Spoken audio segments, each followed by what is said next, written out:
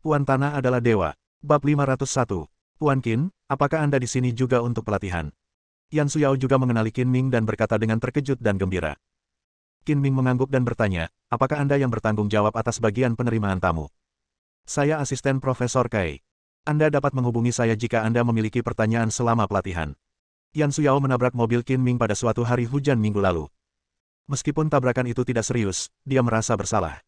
Karena mereka bertemu di sini, dia berharap dapat memberikan bantuan dan kompensasi kepada Qin Ming selama masa pelatihan. Apakah saya benar-benar bisa datang kepada Anda jika ada masalah? Qin Ming berkata dengan cemas. Yan Suyao mengangguk, ya, masalah apapun tidak masalah, saya akan berusaha sebaik mungkin membantu Anda menyelesaikannya. Saya tidak tahu harus makan siang di mana. Apakah ada restoran yang menyajikan makanan lezat di dekat sini? Mohon rekomendasikan kepada saya, kata Qin Ming sambil tersenyum. Gampang. Aku akan mentraktirmu makan siang sebagai permintaan maaf karena menabrak mobilmu, kata Yan Suyao sopan. Pada hari pertama pelatihan, aku bertemu dengan seorang wanita cantik yang sedang mentraktir kami. Namun, dia hanya mengundangnya dan tidak mengundang kami. Bukankah itu tidak adil? Pada saat ini, suara menggoda seorang pria terdengar dari belakang Yan Suyao. Qin Ming menoleh dan melihat bahwa pria yang berbicara itu berusia sekitar 27 atau 28 tahun, mengenakan setelan jas abu-abu keperakan yang rapi, dengan gaya rambut belah samping, dan sangat anggun. Senyum jenaka tersungging di wajahnya, dan ada kilatan aneh di matanya saat dia menatap Yan Suyao. Yan Suyao tersenyum dan tidak menanggapi perkataan pria itu. Dia mengeluarkan 2 lembar formulir dan menyerahkannya kepada Qin Ming dan pria yang baru saja datang. Ini adalah formulir pendaftaran untuk peserta pelatihan. Silakan diisi.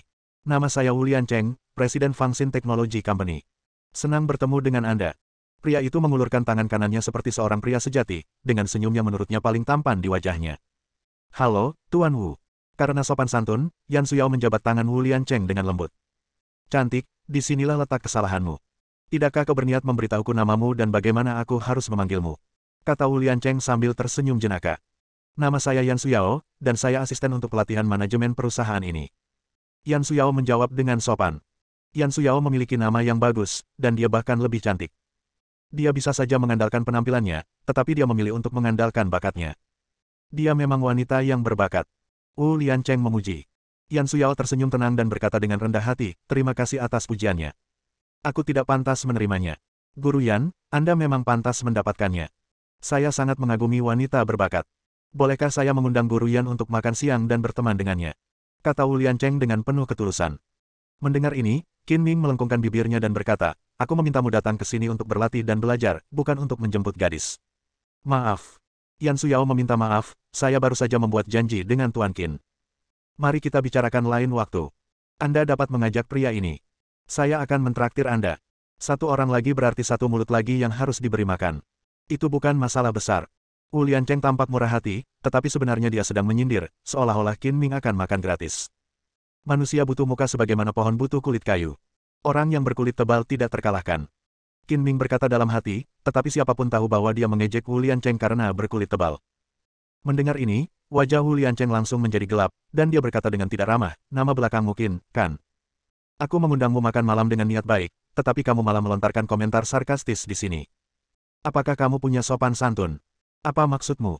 Aku tidak menyebut namamu, tetapi kau sendiri yang melakukannya. Tahukah kau bahwa kau orang yang keras kepala? Kata Qin Ming dengan nada bercanda. Kamu orang jahat yang hanya bisa mengucapkan kata-kata sarkastik. Aku terlalu malas untuk terlibat dalam pertengkaran verbal denganmu. Kehadiran orang-orang sepertimu di kelas pelatihan benar-benar menurunkan standar kami. Beraninya kamu tinggal di sini. Wu Liancheng merasa bahwa dia adalah pembicara yang baik dan tidak pernah kalah dari siapapun dalam hal pertengkaran. Dia berkata dengan nada sarkastik. Kamu hanya seorang presiden perusahaan. Kamu tampaknya tidak memiliki kemampuan khusus. Aku menyarankan kamu untuk tidak terlalu memikirkan diri sendiri. Semakin tinggi kamu berdiri, semakin keras kamu jatuh. Qin Ming membalasnya. Saya bukan hanya Presiden Fangxin Technology, tetapi juga pewaris masa depan keluarga Wu, salah satu dari 4 keluarga besar di Laut Cina Timur. Siapa Anda dan beraninya Anda berbicara omong kosong di hadapan saya? Wu Liancheng berkata dengan bangga dengan sikap merendahkan. Apakah keluarga Wu salah satu dari 4 keluarga besar di Laut Cina Timur? Aku belum pernah mendengarnya. Qin Ming berkata dengan nada menghina. Kau begitu bodoh hingga kau bahkan tidak mengenal 4 keluarga besar di Laut Cina Timur, dan kau masih berani mengatakannya dengan lantang. Betapa bodoh dan konyolnya. Wu Liancheng mencibir. Ketidaktahuanku lebih baik daripada ketidaktahuan sebagian orang, yang berpura-pura mulia dan tidak tahu malu. Qin Ming sengaja memperpanjang 3 kata terakhir untuk menekankannya sehingga seluruh kelas dapat mendengarnya dengan jelas. Saat ini, sudah ada belasan pria dan wanita di dalam kelas, semuanya adalah siswa dalam kursus pelatihan. Mereka menyaksikan pertengkaran Qin Ming dan Wu Liancheng dengan mata dingin, dan tidak ada yang berbicara untuk mencegah mereka. Kamu. Wu Liancheng sangat marah, tetapi dia masih harus mempertimbangkan pengendalian dirinya dan tidak bisa mengumpat Qin Ming di depan umum. Dia berkata dengan marah, kamu terlalu tidak berbudaya. Orang-orang sepertimu tidak memenuhi syarat untuk berpartisipasi dalam pelatihan. Kamu harus dikeluarkan. Melihat kedua orang itu bertengkar, Yan Suyao buru-buru membujuk mereka, kalian berdua sebaiknya berhenti bicara. Tidak perlu bertengkar. Cepat isi formulir pendaftaran. Profesor Kai akan segera datang ke kelas. Jangan tunda pelatihan. Saya sudah mengisinya dan itu tidak akan memengaruhi pelaporan orang lain. Sambil bertengkar dengan Wu Liancheng, tangan Qin Ming juga tidak tinggal diam, karena dia sudah mengisi formulir pendaftaran. Isi formulirnya sangat sederhana, tidak lebih dari sekadar informasi pribadi seperti nama, unit, posisi, nomor kontak, del. Dan Anda tidak perlu memikirkannya sama sekali. Guru Yan, saya dengan tegas menuntut agar kambing hitam ini diusir dan dilarang mengikuti pelatihan. Wu Liancheng berkata dengan marah. Puan Qin telah membayar biaya pendaftaran dan tidak melakukan apapun yang akan memengaruhi kursus. Kami tidak berhak melarangnya mengikuti pelatihan. Puan Wu, harap tenang. Anda juga bertanggung jawab atas pertengkaran tadi. Anda tidak bisa menyalahkan satu pihak saja. Yan Suyao berkata dengan adil dan tidak memihak. Wu Liancheng juga tahu bahwa tidak mungkin mengeluarkan Qin Ming dari pelatihan hanya karena dia bertengkar dengannya. Dia hanya bisa menyelesaikannya nanti. Dia berkata, baiklah, aku akan memberimu muka dan tidak melanjutkan masalah ini untuk saat ini. Qin Ming mencibir dengan nada meremehkan dan tidak berkata apa-apa lagi. Jika dia bertengkar dengan teman-temannya di hari pertama pelatihan, itu pasti akan berdampak buruk. Meskipun dia berhenti bertengkar dengan Wu Liancheng, dia masih harus membuat orang itu marah. Dia menoleh ke Yan Suyao dan berkata sambil tersenyum, Guru Yan, ingatlah untuk mentraktirku makan siang nanti. Makan malam sudah beres. Aku sudah bilang kalau aku akan mentraktirmu, dan aku pasti tidak akan mengingkari janjiku. Yan Suyao mengangguk dan setuju. Dia sedang makan malam dengan seorang wanita cantik, tetapi dia membiarkan wanita itu yang membayarnya. Ternyata ada pria pelit di dunia ini, kata Wu Liancheng dengan nada sinis. Ini menunjukkan betapa menawannya aku. Sebagian orang hanya bisa iri dan cemburu. Jika kamu tidak bisa memakan anggur, maka kamu bisa membicarakan anggur. Hati-hati, jangan sampai gigimu asam. Qin Ming mengejek. Karena khawatir keduanya akan terus bertengkar, Yan Suyao segera memisahkan mereka dan mendesak, Tuan Wu, cepat isi formulir pendaftaran dan jangan buang waktu lagi. Profesor Kai akan segera datang ke kelas. Guru Yan, Anda tidak boleh pilih kasih. Tidak masuk akal mengundang orang lain selain saya. Bagaimana kalau begini, mari kita makan malam bersama malam ini dan saya akan mentraktir Anda. Wu Liancheng berkata untuk menyelamatkan mukanya. Aku punya hal lain yang harus kulakukan malam ini. Aku benar-benar tidak punya waktu. Kita lakukan lain hari saja. Yan Suyao tersenyum meminta maaf, mengabaikan Wu Liancheng, mengambil materi pelatihan dan menyerahkannya kepada Qin Ming. Ini adalah materi untuk kursus pelatihan manajemen bisnis baru. Bacalah terlebih dahulu. Materi ini akan membantu Anda mendengarkan kelas. Qin Ming tidak ingat sudah berapa tahun ia tidak membaca buku. Melihat materi pelatihan setebal 2 jari dan 16 halaman, ia tidak dapat menahan rasa kewalahan. Tidak lama kemudian, Wu Liancheng mengisi formulir pendaftaran dan menyerahkannya kepada Yan Suyao. Guru Yan, tolong tinggalkan saya nomor telepon Anda sehingga saya dapat berkonsultasi dengan Anda kapan saja jika saya menemui masalah selama pelatihan. Yan Suyao adalah asisten kursus pelatihan ini. Terus terang saja, perannya adalah melayani para peserta pelatihan.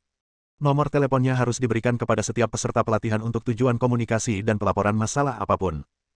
Tidak ada salahnya memberitahu Wu Liancheng, jadi dia memberikan nomor teleponnya sendiri. Wu Liancheng sangat gembira. Jika dia bisa mendapatkan nomor telepon Yan Suyao, dia bisa menghubunginya secara pribadi lebih sering, yang juga akan memudahkannya untuk mendapatkan gadis. Sebelum Wu Liancheng sempat merasa senang selama lebih dari 3 detik, Yan Suyao berdeham dan berkata, separuh dari orang-orang sudah datang sekarang. Semuanya, tolong tuliskan nomor teleponku. Jika kalian memiliki pertanyaan selama pelatihan, kalian bisa datang kepadaku. Jika aku tidak dapat menyelesaikan masalah apapun, aku akan melaporkannya kepada Profesor Kai. Mendengar ini, senyum di wajah Wu Liancheng tiba-tiba berubah menjadi senyum pahit. Ternyata dia tidak memberitahu saya nomor teleponnya karena perhatian khusus kepada saya, jadi mengapa semua orang mengetahuinya. Seiring berjalannya waktu, semakin banyak orang yang datang. Sebelum kelas dimulai pukul 9.30, seluruh 20 orang peserta pelatihan manajemen perusahaan ini hadir. Orang-orang ini adalah para eksekutif perusahaan dan elit perusahaan dengan pengalaman manajemen yang baik. Mereka datang untuk mengikuti pelatihan dengan harapan dapat meningkatkan level manajemen perusahaan mereka dan menunjukkan nilai mereka sendiri dengan lebih baik.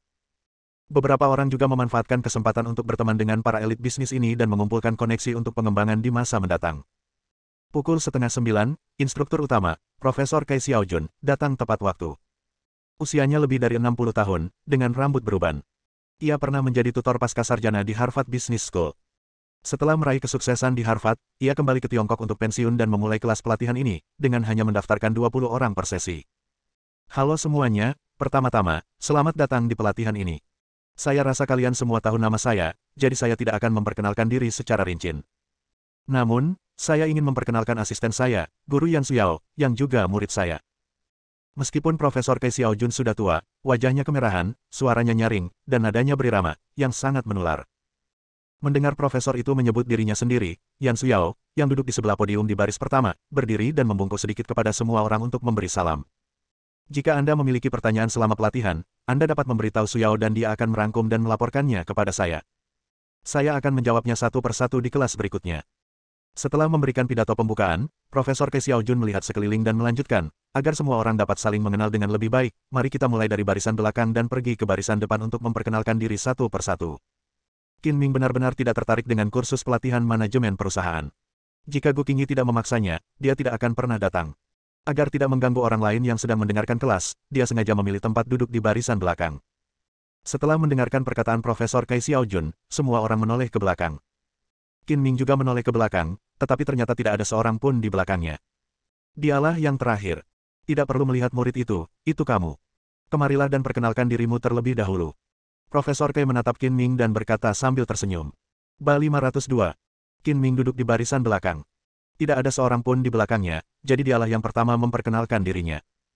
Dia berdiri dengan tenang dan berkata, nama saya Qin Ming, Qin seperti Kaisar Qin dan Kaisar Hanwu, dan Ming seperti Pluto. Saat ini saya bekerja di Gu Group. Saya harap semua orang akan membantu saya selama masa pelatihan. Mendengar Qin Ming menyebut namanya, Wu Liancheng melengkungkan bibirnya dengan jijik, diam-diam membenci, Ming, Raja Neraka, kau bahkan tidak bisa menjadi hantu kecil setelah kau pergi ke neraka, bah. Setelah memperkenalkan dirinya sebentar, Qin Ming mengangguk kepada Profesor Kai, menunjukkan bahwa dia telah selesai berbicara, dan kemudian perlahan duduk kembali di kursinya. Singkat dan mudah diingat. Berikutnya, kata Profesor Kai sambil tersenyum. Kemudian semua orang memperkenalkan diri mereka satu persatu.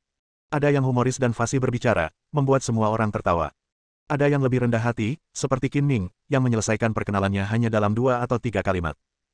Pelatihannya relatif membosankan, dan untuk bersenang-senang, Wu Liancheng memperhatikan Yan Suyao setelah melihatnya.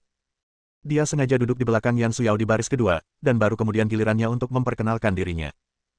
Wu Liancheng merapikan jasnya, berdiri perlahan, dan berkata dengan bangga, nama keluargaku Wu, namaku Liancheng, aku berasal dari keluarga Wu, salah satu dari 4 keluarga besar di Laut Cina Timur, dan aku juga presiden perusahaan teknologi Fangxin. Aku sangat senang bisa berlatih bersama kalian semua, dan aku harap semua orang bisa rukun. Saya lebih suka berteman. Saya berharap dapat berteman dengan Anda dan menjadi mitra bisnis di masa mendatang. Jika Anda adalah teman saya akan membantu Anda dengan segenap kekuatan saya. Jika Anda adalah musuh saya akan membuatnya putus asa. Ketika dia mengucapkan paruh terakhir kalimatnya, Wu Liancheng melotot ke arah Qin Ming, jelas-jelas sedang memperingatkan Qin Ming, penuh dengan permusuhan. Qin Ming terlalu malas untuk memperhatikan Wu Liancheng dan mengabaikan tatapan yang diberikannya. Saat semua orang selesai memperkenalkan diri, waktu sudah menunjukkan pukul 10. Profesor Kai memulai kelas, berbicara tentang kursus pelatihan yang relevan tentang manajemen bisnis. Qin Ming mengantuk, tetapi dia tidak bisa membiarkan uangnya terbuang sia-sia, jadi dia memaksa dirinya untuk mendengarkan. Namun, Profesor Kai tidak memberikan kuliah dengan cara menghafal. Sebaliknya, ia menggunakan beberapa kasus bisnis sebagai titik awal untuk analisis dan elaborasi. Ia terus-menerus mengajukan pertanyaan dan membiarkan semua orang menjawabnya untuk memotivasi semua orang. Durasi kursus sama dengan kelas universitas, setiap kelas berdurasi 50 menit, 2 kelas diadakan secara berurutan, dan ada istirahat 10 menit di antaranya. Hari sudah menunjukkan tengah hari setelah kedua kelas berakhir. Mengingat pesertanya adalah para eksekutif perusahaan yang memiliki pekerjaan dan tidak memiliki banyak waktu, maka tidak ada pelatihan yang diselenggarakan pada sore hari. Akhirnya selesai. Qin Ming meregangkan tubuhnya dengan malas dan tidak mengikuti kerumunan orang keluar dari kelas. Sebaliknya, dia menunggu Yan Suyao untuk makan siang bersama. Harus dikatakan bahwa temperamen Yan Suyao yang terpelajar sangat menarik. Setelah kelas, beberapa pria datang untuk mengobrol dengannya dengan berbagai alasan. Dia tidak ingin menyinggung orang-orang ini, jadi dia menanggapi dengan sopan satu persatu. 15 menit kemudian, Yan Suyao akhirnya berhasil mengatasi pria yang mendekatinya. Saat itu, sebagian besar orang di kelas sudah pergi. Dia tersenyum meminta maaf kepada Qin Ming dan berkata, maaf telah membuatmu menunggu. Ayo pergi. Aku akan mentraktirmu makan malam. Tidak ada kata terlambat untuk makanan enak, jadi tidak masalah jika Anda menunggu sedikit lebih lama. Qin Ming berdiri dan berkata sambil tersenyum, Guru Yan, di mana Anda akan mentraktir saya makan malam?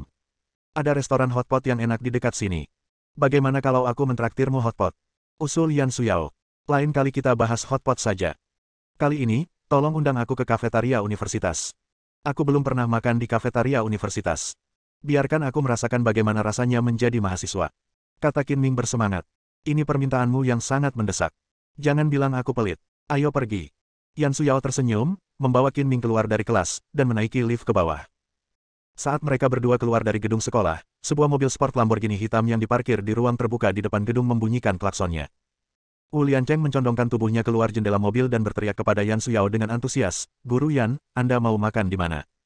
Masuklah ke mobil. Saya akan mengantar Anda. Setelah mengatakan itu, Wu Liancheng menatap Qin Ming dengan bangga dan provokatif, seolah berkata, dasar tukang ngoceh, mobil jenis apa yang kamu kendarai? Naik mobil dan bertanding denganku. Kita tidak perlu naik mobil untuk pergi ke kafetaria. Selain itu, jangan menyetir dan membunyikan klakson di kampus. Itu akan berdampak buruk. Yan Suyao merasa jijik dengan perilaku pamer Wu Liancheng dan tidak dapat menahan diri untuk mengingatkannya. Sekarang sudah jam makan siang, dan hari libur hari nasional, jadi tidak akan ada siswa di kelas. Guru Yan, Anda membuat keributan tanpa alasan. Wu Liancheng membalas sambil tersenyum, tetapi terima kasih atas pengingat Anda yang baik, Guru Yan. Saya akan memperhatikannya lain kali. Ngomong-ngomong, saya tidak mendengar dengan jelas kemana Anda akan makan tadi. Pergi ke kafetaria. Jawab Yan Suyao. Kafetaria. Wu Liancheng tertawa mengejek, mengangguk, dan berkata dengan nada sarkastis, benar, beberapa orang hanya cocok makan di kafetaria. Guru Yan, jangan salah paham, yang saya maksud bukan Anda, melainkan orang yang ingin Anda undang. Ada yang ingin makan siang dengan guru cantik di kafetaria, tetapi belum sempat. Mereka hanya bisa iri dan cemburu, kata Qin Ming dengan nada menghina. Apakah aku akan iri padamu? Jangan terlalu merasa benar sendiri. Wu Liancheng sangat meremehkan dan berkata dengan bangga, aku bisa pergi ke hotel bintang 5 di Jalan Hualu di kota Donghai kapanpun aku mau. Hanya orang miskin sepertimu yang pergi ke kafetaria. Tuan Wu, mohon hormati kami. Hanya karena kami pergi ke kafetaria untuk makan, bukan berarti kami dapat dipermalukan oleh Anda sesuka hati. Yan Suyao menuduh dengan marah. Guru Yan, jangan salah paham. Aku tidak sedang membicarakanmu. Aku hanya mengincar orang bernama Qin. Wu Liancheng menjelaskan dengan tergesa-gesa. Dia tidak ingin mempermalukan Qin Ming, tetapi malah meninggalkan kesan buruk pada Yan Suyao, yang akan menjadi kontraproduktif. Tidak peduli siapa yang kau bicarakan, kau tidak bisa mempermalukan orang lain begitu saja, kata Yan Suyao dingin. Hanya saja kamu memiliki latar belakang keluarga yang baik. Ini bukanlah sesuatu yang bisa kamu banggakan. Paling-paling, kamu hanyalah seorang playboy. Guru Yan, ayo kita pergi. Jangan berdebat dengan orang yang sok suci dan merasa benar sendiri seperti itu.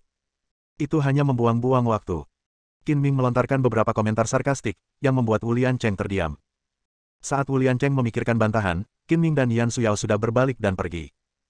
Melihat punggung Qin Ming yang semakin menjauh, Wu Liancheng menggertakkan giginya dengan penuh kebencian dan berkata dengan nada sinis, Qin, tunggu saja dan lihat. Jika kamu menindas keluarga Wu, aku akan membuatmu membayar cepat atau lambat. Sepupu Wu Liancheng adalah Wu Hao. Qin Ming pernah memberi pelajaran kepada Wu Hao. Dia telah mendengar tentang Qin Ming dari sepupunya Wu Hao sejak lama, tetapi dia tidak pernah memiliki kesempatan untuk bertemu dengannya. Tanpa diduga, mereka bertemu di kelas pelatihan manajemen perusahaan. Dia memutuskan untuk memberi pelajaran kepada Qin Ming, yang juga dapat dianggap sebagai cara untuk melampiaskan kemarahannya kepada sepupunya Wu Hao. Tuan Qin, jangan terlalu ambil pusing dengan apa yang baru saja terjadi. Secara relatif, Yan Suyao mengenal Qin Ming beberapa hari lebih awal daripada dia mengenal Wu Liancheng, dan dia merasa bersalah karena menabrak mobil Qin Ming, jadi dia bias terhadap Qin Ming di dalam hatinya. Saya bukan tipe orang yang tidak bisa mengalah. Saya tidak akan peduli dengan apa yang baru saja terjadi, dan saya tidak akan berdebat dengan tuan muda seperti Wu Liancheng. Kata Qin Ming sambil tersenyum. Baguslah. Di masa depan, jangan berdebat dengan Wu Liancheng di kelas pelatihan. Anggap saja tidak terjadi apa-apa. Kalau tidak, hubungan kalian akan menjadi renggang, yang tidak akan menguntungkan siapapun. Yan Suyao menghibur. Kau juga melihatnya. Dialah yang baru saja memprovokasiku. Aku tidak bisa begitu saja memukulnya tanpa bersumpah atau melawan, kan? Wu Liancheng jelas-jelas salah atas apa yang terjadi tadi. Dia hanya mencari masalah. Aku paling benci orang seperti dia. Yan Suyao telah menjadi dosen di universitas ini selama lebih dari 2 tahun dan mengetahui segala hal tentang kampus. Sambil berbicara, dia membawa Qin Ming ke kafetaria dengan santai. Karena masih libur hari nasional, sebagian besar siswa sedang bermain di luar, jadi tidak banyak orang yang makan di kafetaria. Suasana tidak seramai biasanya dan tampak agak sepi. Setelah makan malam, Qin Ming dan Yan Suyao mengambil nampan mereka, menemukan meja yang tenang dan kosong, dan duduk berhadapan, tampak seperti pasangan mahasiswa. Sikap Yan Suyao anggun, bibirnya yang merah bergerak, dan dia mengunyah dengan perlahan. Postur makannya enak dipandang, dan aroma samar tercium dari tubuhnya, yang sesekali masuk ke hidung Qin Ming, membuat jantungnya berdebar kencang. Sudah lama aku tidak datang ke kafetaria untuk makan. Rasanya seperti kembali ke masa kuliahku dulu, kata Yan Suyao dengan penuh emosi. Kamu seperti mengenang masa lalu, tapi ini pertama kalinya aku makan di kafetaria universitas. Aku akan memberikan pengalaman pertamaku kepadamu. Goda Qin Ming. Mendengar ini, Yan Suyao sedikit tersipu, memutar matanya ke arah Qin Ming, dan berkata dengan marah, jangan jadi bajingan, makanlah dengan baik. Qin Ming tersenyum dan berkata, itu hanya candaan untuk mencairkan suasana, tapi jujur saja, itu pasti akan meninggalkan kenangan indah bagiku untuk ditemani oleh wanita cantik sepertimu saat aku makan di kafetaria universitas untuk pertama kalinya. Kamu tidak kuliah? Tanya Yan Suyao. Qin Ming menggelengkan kepalanya. Saya putus sekolah. Sebelumnya, saya bahkan tidak tahu ke arah mana gerbang universitas dibuka. Hari ini akhirnya saya tahu. Kamu cukup cakap. Kamu telah menjadi seorang manajer melalui usahamu sendiri. Kamu jauh lebih baik daripada kami yang hanya tahu teori, puji Yan Suyao. Saya cukup beruntung telah bertemu dengan seorang presiden yang baik. Kata Qin Ming sambil tersenyum.